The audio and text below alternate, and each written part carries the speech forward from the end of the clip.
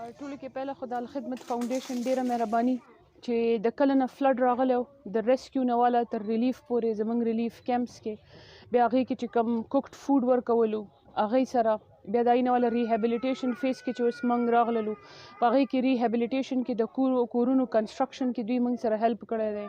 مفت راشن ډسټریبیوشن کې دوی موږ سره هیلپ کړی دی او ټولو کې زیاته ستاینه زه په دې شي کوم چې یو خو دا دی چې الخدمت له چې څه هم فنډز یا څه هم شی دوی له راشي دوی ډېر ارګنایز طریقې سره ډسټریبیوشن کوي نو دا ډېره زیاته د ستنۍ خبره ده چې دوی کې کوارډینیشن وي دوی کې د ډسټریبیوشن والا چې څه بھاګدړ پکې نه مچاویږي په دې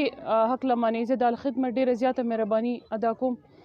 حکومت دا ټول کارونه چې دي هغوی فرض دی کوي هم لیکن د دې لپاره زموږ هیلپینګ هینډ ضرور پکار چې هغوی موږ سره په دې کې هیلپ وکړي او ټولو کې زه وایم چې په پاکستان کې ټولو کې اول نمبر کې چې چا موږ سره په 400 کې یا فل پاکستان کې چې کوم ریلیف اکټیویټیز روان دي ریسکیو اکټیویټیز روان دي ریهیبلیټیشن اکټیویټیز روان دي د ټولو کې الخدمت نور د ټولو ادارو نه زیات د حکومت سره هیلپ کړی دی